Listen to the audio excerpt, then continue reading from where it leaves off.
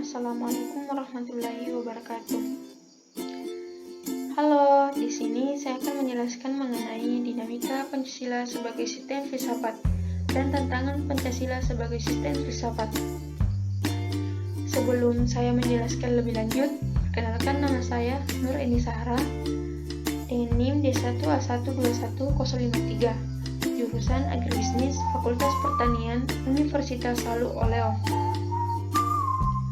Langsung saja. 1. Dinamika Pancasila sebagai sistem filsafat. Yang kedua, tantangan Pancasila sebagai sistem filsafat. 1. Dinamika Pancasila sebagai sistem filsafat. Pancasila sebagai sistem filsafat mengalami dinamika pada era pemerintahan Soekarno. Pancasila sebagai sistem filsafat dikenal dengan istilah Philosophia George. Gagasan tersebut merupakan perenungan filosofis Soekarno atas rencana berdirinya negara Indonesia merdeka. Ide tersebut dimaksudkan sebagai dasar kerohanian bagi penyelenggaraan kehidupan bernegara. Ide tersebut ternyata mendapat sambutan yang positif dari berbagai kalangan, terutama dalam sidang BPU PKI pertama, persisnya pada tanggal 1 Juni 1945. Namun, ide tentang Philosophia George belum diuraikan secara rinci.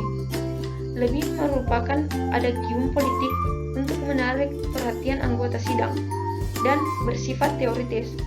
Pada masa itu, Soekarno lebih menekankan bahwa Pancasila merupakan filsafat asli Indonesia yang diangkat dari akulturasi budaya bangsa Indonesia. Lanjut, pada masa itu, Soekarno lebih pada era Soeharto. Kedudukan Pancasila sebagai sistem filsafat berkembang ke arah yang lebih praktis. Dalam hal ini, istilah yang lebih tepat adalah Substantium. Artinya, filsafat Pancasila tidak hanya bertujuan mencari kebenaran dan kebijaksanaan, tetapi juga digunakan sebagai pedoman hidup sehari-hari. Atas dasar inilah, Soeharto mengembangkan sistem filsafat Pancasila menjadi penetaran P4. Lanjut ke poin kedua, yaitu tantangan Pancasila sebagai sistem filsafat. Beberapa bentuk tantangan terhadap Pancasila sebagai sistem filsafat muncul dalam bentuk-bentuk, yaitu bentuk pertama, kapitalisme, yaitu aliran yang meyakini bahwa kebebasan individual memiliki modal untuk mengembangkan usahanya dalam rangka meraih keuntungan sebesar-besarnya merupakan upaya untuk menyejahterakan masyarakat. Salah satunya bentuk tantangan kapitalisme terhadap Pancasila sebagai sistem filsafat ialah meletakkan kebebasan individual secara berlebihan, sehingga dapat menimbulkan berbagai dampak negatif, seperti monopoli, gaya hidup konsumerisme, dan lain-lain. Kedua, komunisme adalah sebuah paham yang muncul sebagai reaksi atas perkembangan kapitalisme sebagai produk masyarakat liberal.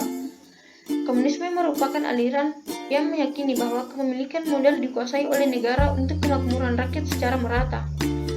Salah satu bentuk tentang komunisme terhadap Pancasila sebagai sistem filsafat dominasi negara yang berlebihan sehingga dapat menghilangkan peran rakyat dalam kehidupan bernegara.